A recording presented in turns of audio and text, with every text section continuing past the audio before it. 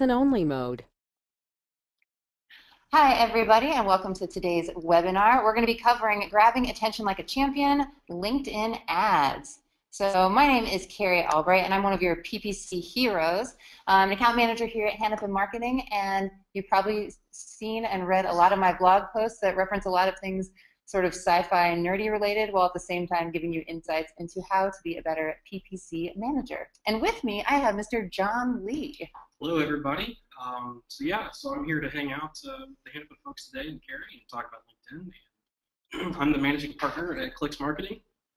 I talk, I write everything about search, display, and social media advertising. And again, you can find me on Twitter and just about every other social site if you hunt me down. Now, John didn't mention anything about being a secret Star Wars nerd or anything like that, but I can sense my own, and I kind of know that we're going to really bond on that today. I am. I'm definitely not in the closet either. I'm definitely a nerd. Well, it's good to have you here today, John. And today, like we mentioned, we're going to be talking a lot about LinkedIn. So hopefully those of you out there are curious as to how you can better either use LinkedIn as a resource for your ads or just improve the strategy, the game that you've got in LinkedIn already. So we're going to be talking about specific applications, and by that we mean talking about the B2B appeal of LinkedIn, and then we'll go over a little bit of the actual nuts and bolts of how you set that up, and then talking about some of the benefits, things like the fact that LinkedIn has really amazing targeting, kind of how you would set up your ads, how you're going to appeal to your audiences, and then some of the things that we found that have made LinkedIn a little complicated. So we're going to give you sort of the ins and outs of what we've experienced so far. If you would like to be part of the conversation today, I would encourage you to begin tweeting folks at #ThinkPPC, and we've got people on the line ready to respond, ready to hear what you've got to say, so feel free to throw out questions, throw out comments. We definitely want to hear what your input is. So again, feel free to throw something down to #ThinkPPC. And John Lee's going to be tweeting all along, so feel free to respond to his clever quips. I'm going to try. All right, so we've got a couple live poll questions for all of you out there. The first one is going to be, how long have you been in PPC? So if it's been less than 1 year, go ahead and choose A, B for 1 to 3 years, C for 3 to 5 years, and D for 5+ years, which officially I think makes you kind of a dinosaur in the industry, that you're just the original So recipe. call me a T-Rex then, I guess. It's a pretty good compliment, you know, nerd speaking here, but still it's a good place to be. I bet you've seen a lot of things and kind of gotten to learn how to adapt pretty well, which is pretty great. All right, so it looks like a lot of relatively new folks. We're at 43% of people 1 to 3 years experience. Yeah, it's amazing, like the way that things have changed so much in the last couple of years. I feel like even if you've only been in the game for 2 or 3 years, you've still probably seen a lot and gotten to learn a lot of different stuff. Yeah, social's constantly changing, but again, I'm sure most of us in this room, as well as on the webinar, do regular PPC, so everyone can attribute AdWords changes at least once a week. Yeah, absolutely. All right. All right. So our next question, beyond how long have you been in PPC, let's talk about how do you manage your accounts. And so let's go ahead and choose one. You manage it yourself. You're part of a team that manages it. You outsource your account management, or you are currently rethinking how your account is managed. So go ahead and choose a way. Yeah, I think that last one, the rethinking how your account is managed, definitely is something that people go through either because they're doing it in-house and they realize things are changing so fast, I don't know if I can really put the time into keeping up with it. So having somebody that's all they do every day, and they love their AdWords, they love their Bing, they love their social media, sometimes it's kind of nice to have somebody who just focuses solely on that. All right, so it looks like we're primarily folks that are parts of teams. And I'm assuming that question could go part of an agency team or part of an in-house team, but very good. Yeah, sounds good. All right, well, thanks for everybody who responded. We're going to go ahead and start getting into some of our content. So get out your notepads, get out your phones, and tweet us your questions and your comments. So to start off, we're just going to cover standard LinkedIn ads. This is something that's been around for a while, so many of you may be familiar with it, but it's basically that really standard text ads that you can sign up for that either have that little thumbnail image, or now they're doing something where you can actually click to watch a video, which is really nice for a lot of people who have video resources. That's something we've talked a lot about, of if you have either really amazing imagery or if you're actually able to put together a video, that can be a really great way to get people in and paying attention to what you do. When you set up your ads, obviously you've got your text component to it, you've got your image or your video component, and then when you set up your link, you can actually send it to either your LinkedIn page or you can send it to your website, which is great for people depending on who it is they're trying to bring in and what they're trying to get them to do. And then again, you can always set up the CPC or CPM bidding, just kind of depending on what your personal strategy is. So we're talking about the typical LinkedIn ad grid, and we'll show an image of what that looks like here in just a second. Again, there are many ways to target that, but before I get there, one quick note. So we talked about the use of either like a thumbnail image or a video. A really quick note to folks that you may not realize is if you use the video, you're going to be charged a click or a CPC if somebody just simply clicks the play button to watch the video. I think it has to go at least 20 seconds, but that is actually charged as your click, whether or not they actually make it to your landing page or not. So if you have really engaging video content, great, go ahead and test it out. If you're not so confident in the quality of your video content, tread with caution. Right? All right, so let's talk about the targeting a little bit. So, again, where LinkedIn shines, obviously we're targeting business folks who are online wanting to network. As such, we have access to a very deep set of B2B targeting layers. And so obviously the basic ones are age, gender, location. Again, you can target worldwide in LinkedIn, which is very helpful. But where things get really fun is when we start talking about, okay, let's target the company name or industry, business category, company size. So again, maybe you only target small businesses, or small businesses are just that's chump change for you. You want big business, so again, companies 1,000 employees or bigger, things like that. But beyond that, then we can even drill down into the job title, job function, job seniority. So again, maybe you're selling marketing software, and so you only want to go for the decision makers in marketing. So your CMOs, your chief marketing officers, you can do that in LinkedIn. Now, if you're really going to get detailed, we can start talking about schools. Maybe you only want people who graduated from Harvard. Not sure why you would want to do that, but you can. You really like your sweater vest. You right. want to keep with the costume. That's right. Sure. Again, that could be helpful. Maybe even if you're a recruiter using LinkedIn ads, maybe that graduates from Stanford or keeping it local, graduates from IU for whatever reason have a particular skill set that you want. Again, you can do that. Skills are very helpful as well. Again, we're talking about more general statements. So somebody who's in marketing, who is into office management, project management, again, you can target that. Now, one of my favorite targeting features is actually the LinkedIn groups. So any of you who are, maybe you're not into the ads yet, but you are a LinkedIn user, you are by this time know that there are groups that you can participate in, lots of great conversations. So again, I know PPC Hero has a group. Being Ads has a really, really active group on LinkedIn. Those are all great for our industry, right? But again, they're in the industry. You can think of it as going to be a group. You can target those folks. It's a very efficient way of targeting on LinkedIn. So John, let me ask you, for anybody who's out there who maybe has never set up a LinkedIn ad before and they're trying to figure out, okay, where do I start? I've got all these ideas of who I want to target, how I want to target. Do you have any recommendations for just like the very first area for targeting that you think they should begin looking at? Sure. I would say obviously let's figure out what your process is. So most businesses have gone through a process of creating a persona document, right? So understanding who are my target customers, and so start there. So you're likely going to have gender information, age information, and location. That's your building block, but that's not as far as you have to go, but that's your starting point. I would say start with groups, keep things relatively high level, start to get a feel for traffic and the bidding processes, and how do I create my ad, how do I improve my click-through rate, get the foundation of managing a LinkedIn campaign down with that, and then okay, let's get in and be more specific, and remember that segmentation is key.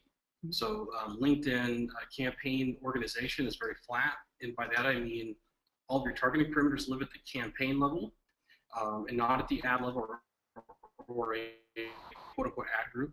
And so, again, if you're targeting all of these different layers of again, company name, job title, school, etc., all in one campaign, that data is going to be modeled. So keep segmentation in mind as you go through and create these ads. That's a great tip, John.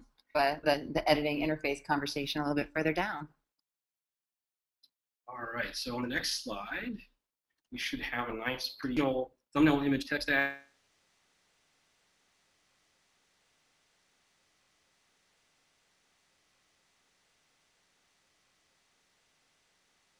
side, relatively low.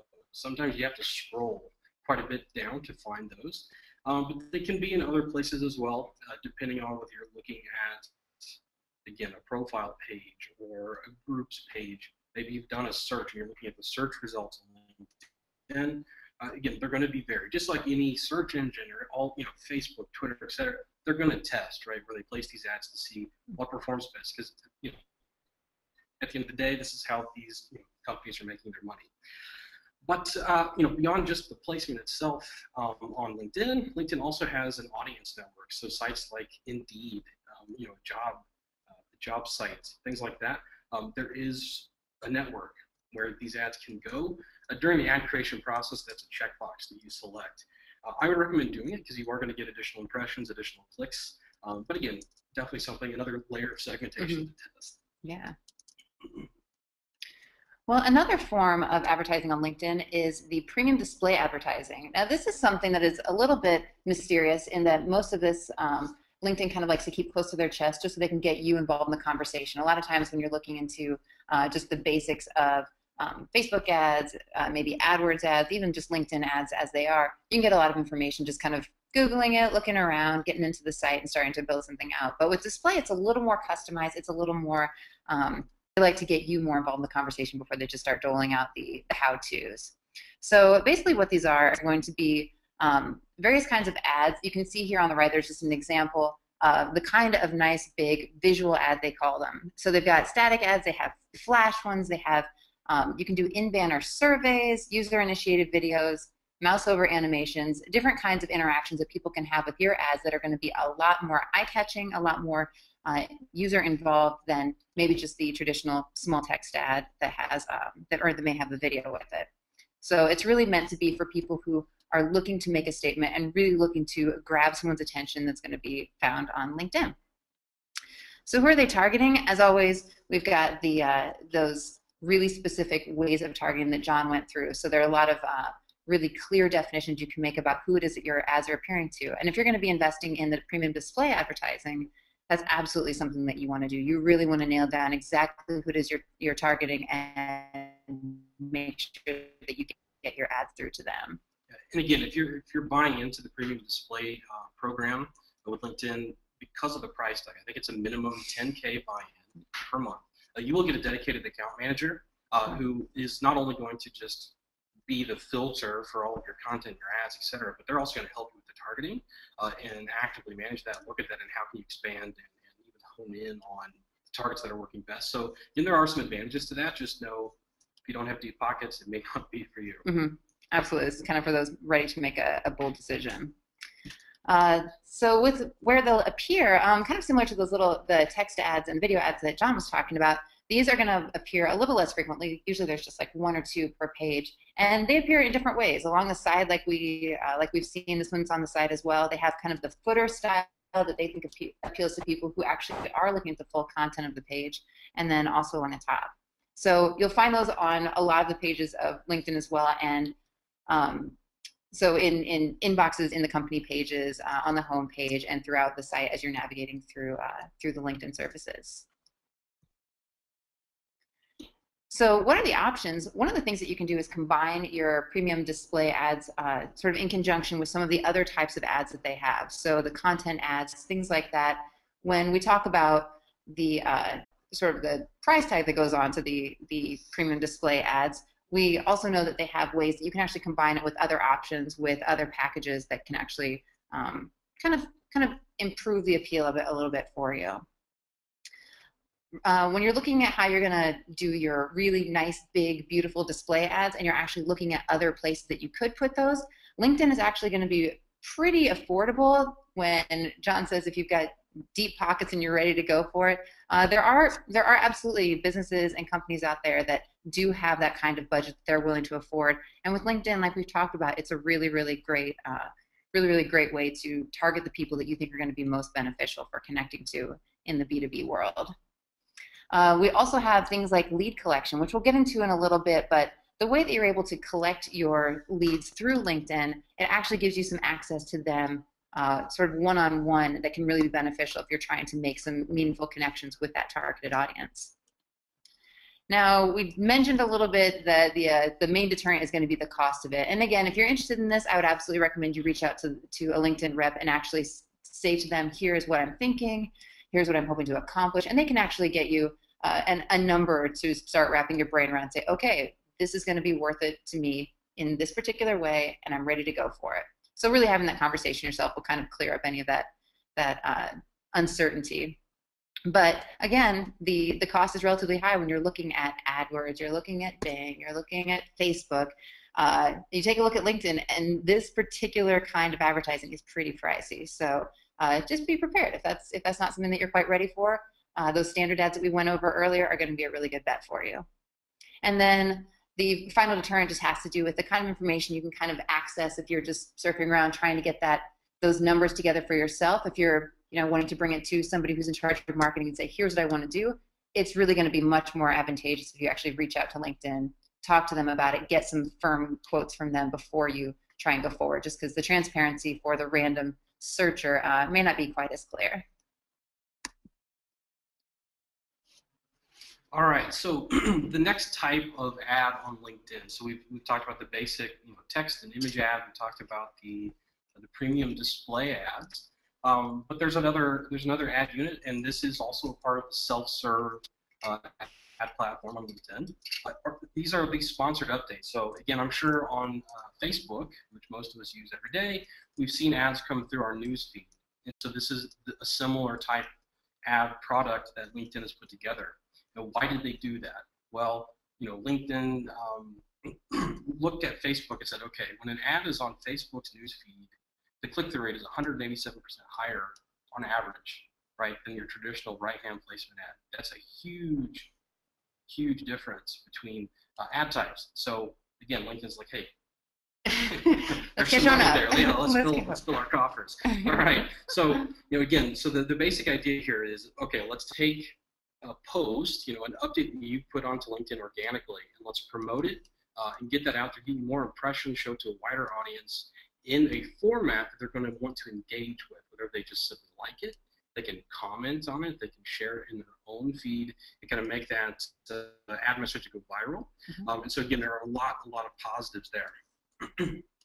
So again, you can link back to your own website, your own landing page. Just keep in mind that because this update could potentially get some organic traffic as well, be careful how you tag that link. It's important to note you can limit the distribution for that original update. With that being said, just tag it, make sure that you're not by default lumping it with all of your LinkedIn traffic. Keep it separate, report on it separately as its own ad unit. But again, all of those fun targeting elements that we talked about before apply directly to sponsored updates. So again, your demographics with age, gender, location, the company name, job title, et cetera, et cetera. So again, it's a very powerful ad unit, and we recommend you test it. So where does that ad unit live? Again, in the news feed. If you look at that screenshot there, it looks just like any other post in your LinkedIn feed. The only exception is that one little tiny line that says sponsored. So again, they've done a very good job of integrating that into the organic space of the LinkedIn newsfeed. Excellent. So John, I'm just realizing, looking at this nice image, that I forgot to mention my apologies for our color being a little bit off today as far as our calibration goes. It's a little on the green side today. So for all of you who've been looking at this and getting a little dizzy, many apologies.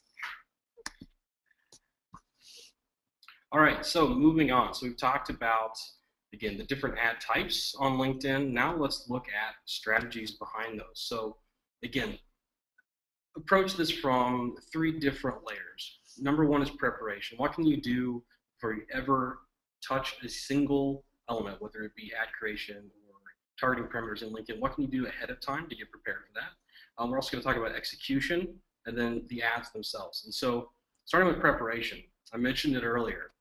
Personas are a big deal, and not just for LinkedIn. Any social advertising, because of the targeting, the way we target people on social sites, personas are super, super important. So if you haven't done those already, put that on your to-do list before you even open up your LinkedIn ads account. Yeah, I agree. I think that that's actually a really good exercise for anybody doing any sort of marketing. I think that it's good to know who you're talking about, and I know that Google sort of does that itself when it's creating those options for targeting. It kind of creates who it thinks that you are, so it's really good to kind of put yourself in those shoes when you're going into this kind of advertising and saying, who exactly am I looking for? What's this lady do in her free time? What is she, aspiring to be? All these different components that actually help you target a lot better. I always love reading personas that other people put together, particularly the ones where like they go so far as to give names. Yeah. So every single one's like, yes, this is Anne. She's from Portland, Oregon. Loves cats and to hug trees. Sometimes they go a little far, but again, it's a very, very helpful exercise. All right, so beyond the persona, let's also talk about what can you do in terms of the creative aspects before you get started. So go ahead and start to pull together images. And remember that this is a 50 by 50 pixel image. It's not big. It's a little tiny thumbnail. You'll be lucky if you could fit your logo in that spot. But again, you can still test different variations and see what happens. Again, look at ad messaging that's worked in other channels, whether it be search or display or again, Facebook or even Twitter. What messages have worked? What has converted into leads, customers for you, and start to make a list. How can I apply this to LinkedIn? How can I apply it to my different targeting segmentations? And again, have all of that ready to go. And then this is probably my favorite preparation item, and that is, so if you're a small B2B company looking for leads, you've likely thought about, okay, pie in the sky goals. What are the companies that I would love to have as my client? I'm sure you've thought about that. Create a list of those companies, because you can actually target the employees of those companies directly within LinkedIn. So you can say, okay, here's the company name, that I want to target the marketing officers or the information officers within that company. That is a very powerful thing. Now, are you going to convert on all those folks and be your client? Maybe, maybe not. But again, the fact that you can do it just makes me a very happy person. All right, so let's talk a little bit about execution. So again, I think I jumped the gun a little bit, started to talk about, again, segmentations and how you put together your campaign. So again, there are a lot of different options, targeting options, layers of again, the company name, job title, etc. Be very careful how you put these campaigns together. Otherwise, your data is going to be muddled. You're not going to know what's working, what's not working.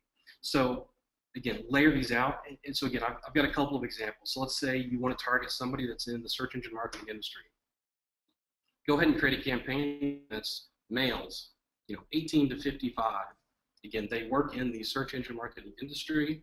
And in that case, maybe that's as far as you want to go with your targeting. Your mirror campaign is going to be females, 18 to 55, also works in the search engine marketing industry. And then, okay, I also want to target groups. Well, again, same thing, males, 18 to 55. Participate in SEM groups. And then your mirror campaign is the female. So again, think about all this ahead of time. Understand your targeting options, and then go ahead and create a plan to segment all of that out, and then tag your URLs accordingly. That's the key. You have to tag the URLs so that when they hit your site and they're funneled into, whether it's Google Analytics or Omniture, whatever service you're using, you see that information and they can follow them through conversion. Even more so if you have like a CRM system like Salesforce or Infusionsoft, something like that, make sure you're using those tags too. Because again, you want to see that lead come into your CRM and hopefully become a customer. So you're saying if somebody were to make a t-shirt for this particular webinar, it would say, grabbing attention through LinkedIn ads, but on the back of it, it would say, tag your URLs. That's right, tag your URLs. Awesome. All right, and so last but not least is the ads themselves. So, again, use common sense, follow best practices. So everybody in our industry, right, we strive to get benefits of our service, of our product into the ad. We're looking to get a strong call to action. All of that still applies here. Again, you don't get a lot of ad space. It's just like a traditional search ad, 25 for the headline, 70 for the body. That's not a lot of space. And again, tag the URL. All right. So more strategies. there is a unofficial click-through rate threshold that everyone needs to be aware of. I'll backtrack a bit. So everybody knows with social that ad degradation is a problem. So you get your ads into the systems, and very quickly that ad can just trail off, and you're going to go from high impressions, high clicks to the next day nothing, no impressions, no clicks. So that's a big deal. With LinkedIn, we actually know somewhat. It's around 0.025% is that threshold. So anything that's under that, expect that ad to just completely drop out of drop into oblivion, if you will. So again, watch for that. Again, test combinations of images, ad messages. If you're going to use video, again, throw those into the mix. See what happens. Again, when you're with that thumbnail image, test your logo. Test simple images. Anything complex is going to get lost. Again, remember, it's small. So simple images. And again, if you're going to test video, remember that you're going to get charged for a play of that video as if it were a click.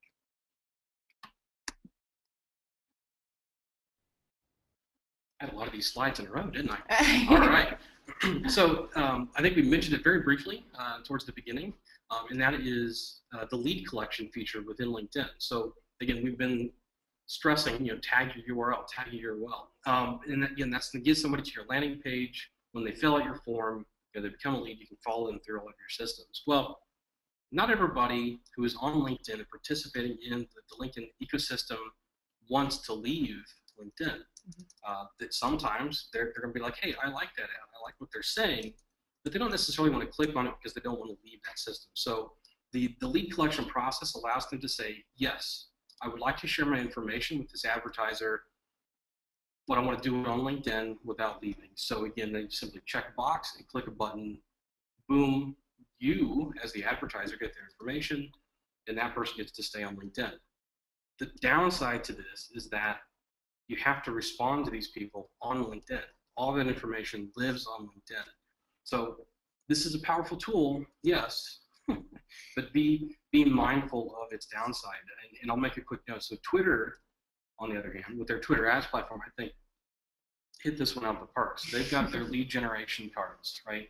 They've actually developed it to the point where you can put in a lead drop URL that will actually send that information into your CRM directly on the back end seamlessly in real time. So if somebody clicks the button on the lead gen card in their Twitter timeline, their email, their name, and their Twitter username actually just boom, right into your CRM. That's fantastic. Big failing on LinkedIn. So, John, when talking about this kind of lead collection, and specifically this kind that stays within the LinkedIn platform, who do you think are going to be the kinds of businesses or kinds of companies that are going to benefit most from that sort of contact? Sure. I definitely think recruiters and headhunters are going to benefit from this likely the most. So they already do quite a bit of their work directly in LinkedIn anyways, directly communicating, sending messages back and forth with users on LinkedIn. And so this is a logical step for them. They're used to that platform, they're used to the system, so it's going to work really well for them. Somebody who's a more traditional advertiser who's coming from search, and they've got their landing pages, they've got all their CRM systems in place, it's going to be a bit of a struggle for them. They might be able to figure out a system that works. Maybe they hire an intern, right, whose only job is to respond to these people on LinkedIn and start that conversation. But again, think that out. But again, if you're a recruiter, go for it, man. Yep, I think you're right. I think recruiters find this a bit of a paradise, just having all those direct contacts. All right, so John kind of went over some of the strategies and definitely highlighted some of the higher points that LinkedIn has to offer that can be really, really beneficial. Now, for those of you who've maybe tried LinkedIn ads and found some difficulties or had a couple of roadblocks pop up, we're just going to talk a little bit about just some of those concerns that we've had or just issues that we've encountered. The first pitfall of the self-service ad platform is the account interface. For all of you who've done advertising within Google AdWords, Bing ads, Facebook, and some of the various third parties, I'm sure that you have found LinkedIn's interface to be a little crunchy and a bit limiting in how you can access it, what you can do. For those of us who love to pull tables and tables of various kinds of data, you get to LinkedIn and find yourself at a bit of a loss. So that's something that can be really, really just challenging in how you rewire, how you look at how you use LinkedIn. We've talked about the different kinds of targeting that you can put together, and it's really important that you really think about, when I build this, when I'm getting these individuals engaged, how am I going to be able to take that data and do something useful with it? So when you get to the account interface, it's a little bit less involved than some of the other interfaces you may have experienced before. Similarly with the editing, so AdWords has the editor, Bing Ads has the editor, Facebook has the Power Editor. What does LinkedIn have? Oh, they have LinkedIn. A nightmare is what they have.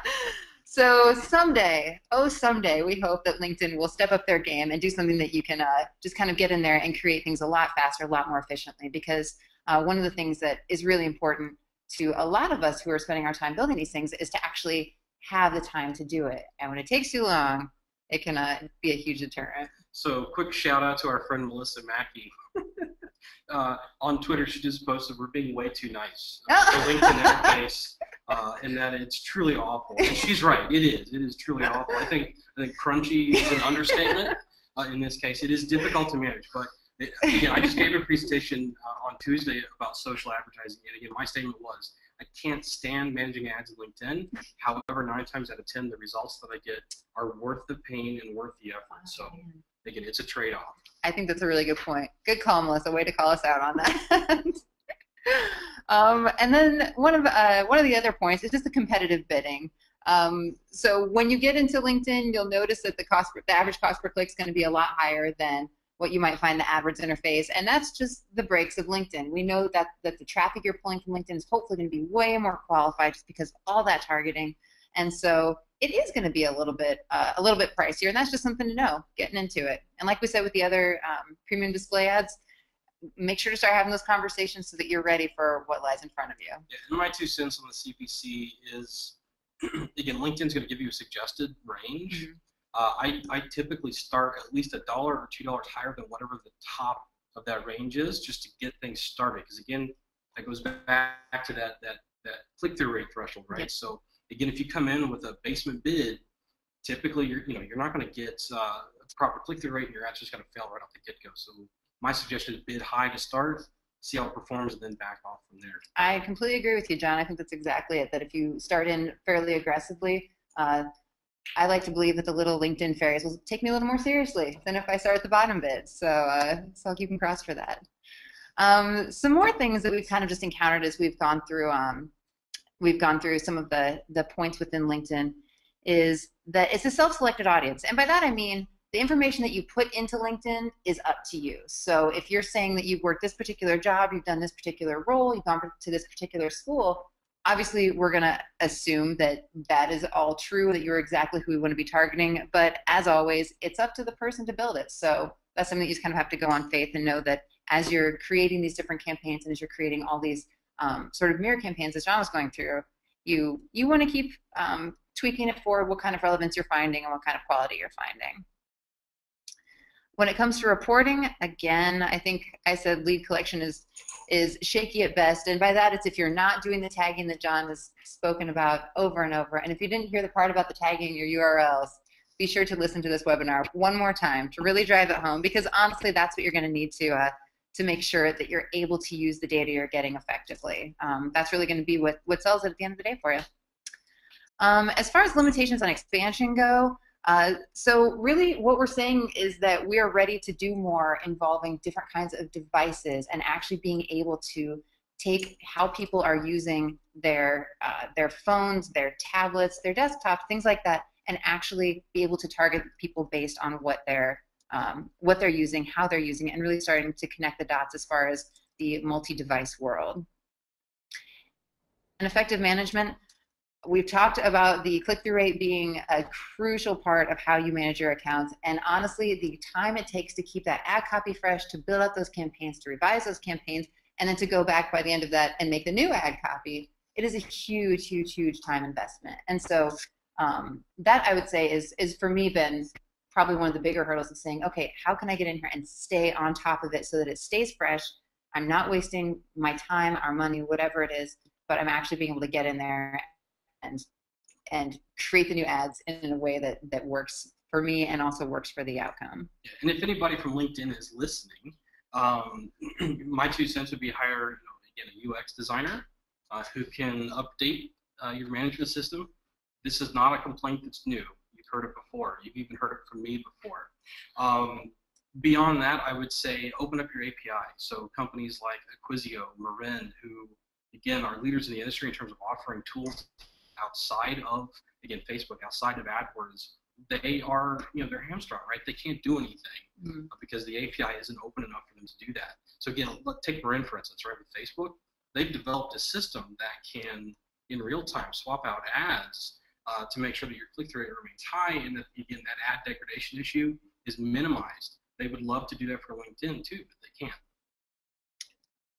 We were talking about some of our pre-webinar conversations, and I was asking John what his ultimate wish list item was for LinkedIn. I'm really big on wish lists, so if you got them for LinkedIn, you're saying, oh, if only they would do this, you feel free to let us know at #ThinkPPC, because I am all about building those big lists to send along to whoever our listening reps are from LinkedIn, Facebook, AdWords, Bing ads, all of those. But at the end of the day, we know that we're the ones that can actually let them know what's going to be most useful to us, and we'll help them push their business too. So we have a bonus tip here, and I forgot to allude to it. So all of you who are still with us, we've got a little prize for you. John's got an extra fun tip for you about LinkedIn ads. All right. So you can target LinkedIn via the Google Display Network directly through Google AdWords. And so, again, most people don't know this, right? So just put in linkedin.com as your placement. Use keywords, right, to contextually target the content on LinkedIn. So what's happening there? So LinkedIn and Facebook does this too. So right, that's a double pro tip for you there. Both of those sites use the GDN to backfill their ad inventory. So take advantage of it. And again, that's both text ads and image ads. So again, we talked about LinkedIn's premium display network system, the high cost, the high barrier of entry there. This will get you around that, can get you some data. And so again, I gave a presentation a couple of days ago at SES in Chicago, and one of the questions after my presentation was, should I bother going through the premium display system, particularly to get rich ads, so animated ads, whether it's Flash, HTML5, etc., onto the LinkedIn system? And my suggestion was, wait, test it out on GDN first. Again, you're not going to get full exposure, but you're going to get some exposure. You're going to get data, impressions, clicks, and hopefully conversions. See what works. If it does well, great. You've got incentive, you've got firepower to get that budget allocated for, again, that premium package. But this is, again, one of those fun things that, it's lesser known. Not a lot of people talk about it, but it works, and it works very well. All right, so John just totally blew the lid off of that you can actually get your ads on LinkedIn. If you're not ready to buy into that premium display ads, if you think that this is going to be the right targeting for you, but you're not sure you're really ready to invest in all of the pitfalls of the interface or the reporting or whatever it's been that we've talked about, that you can absolutely target LinkedIn as your Google Display Network placement. So that's pretty amazing stuff, and I think that's, like John said, a great idea for trying to get that buildup of data, of evidence that this is something that you really want to move into. It's a great way to grab that stuff. So now that we've concluded the bonus portion of our webinar, we'd like to go ahead and offer you some areas of support. The first one would be a free solutions blueprint from the Hannafin team, where we take a look at your account and provide analysis and consultation. So this would be for accounts that have about 20K plus in ad spend per month. So that would be one option. Another option is an opportunities analysis. That's right. So, again, clicks, much like Hannafin, again, we specialize in paid search, display advertising, and of course, social advertising. So, again, if you just want somebody to take a peek under the hood, see what's wrong or what can be improved, definitely reach out and we'll work with you. And if you're not entirely certain who you want to go with, you find my banter to be charming, and yet John's got this nice sound to his voice that you really think you'd like to invest more time in. Either way, you can have both. That's absolutely fine. Feel free to click that button, and we'll respond to that as well. Or if you're not interested, that's fine too. We're just glad that you were here and gave us a listen. So now we're going to go ahead and move on to the live Q&A time, and that's where you get even more moments of our time right now. So let's say we've got a question here about the most recent comment about the Google Display Network. So the question is, if you use the Google Display Network, do you still have the ability to use segment targeting through LinkedIn info? Right. So in this case, no. I mean, you're not going to have a one-to-one targeting match in terms of how does LinkedIn target people versus how does GDN target people. What you can do is take those segments, the segment ideas, and use those as, again, contextual keywords in the GDN. Again, you break it out so you've got some company names you want to target, specific job titles, particular industries. Use those as contextual keywords to match to get your ads in front of the appropriate audience on LinkedIn. Okay, well, another kind of follow-up question: how do you practically get your AdWords ad to show on LinkedIn? It's very simple. So if you already have a like a placement targeted campaign in AdWords, create a new ad group, placementlinkedin.com. I mean, that's the biggest stuff. Step 2 would be create a text ad, put in an image ad. Again, I would start with the 3 primary sizes, so 728 by 90, 300 by 250, and 160 by 600. Those are the 3 most common. Go ahead and plug those in, and then make sure that you use keywords to focus that in. If you just do LinkedIn.com, your ad's going to show. It could be run on site. So you don't want to do that. So it's very, very easy. I think that sounds like it makes perfect sense, and I'm guessing that we're going to see. I think it would have been useful to take a look at what the average LinkedIn placement CPC was before this webinar, and then go and take a look in 2 weeks from now and see if it's been shot through the roof because of the explosive tip from today. All right, we've got another question that says, does more specific targeting lead to a higher ad ranking? Now, I assume that means in the actual LinkedIn interface, we're talking about standard LinkedIn text ads. So to be perfectly honest, we don't get any data in terms of where did we rank, right, in that ad block. So again, the ad block of 3 traditional ads that are on LinkedIn. And again, LinkedIn is much more like a display network. So again, with Google Display, right, just use that as the example. A couple of years back, Google got rid of ad position, right, as a data point. And you can still find it at the ad group level, but it's not very helpful. So again, it's the same idea. This more specific targeting is going to allow you to traditionally get higher click-through rates. So by more targeted ad messages, again, you may actually have to bid a little bit higher at times because a niche here or a niche there is going to be more competitive. But in terms of a quote-unquote rank, that data is just not available.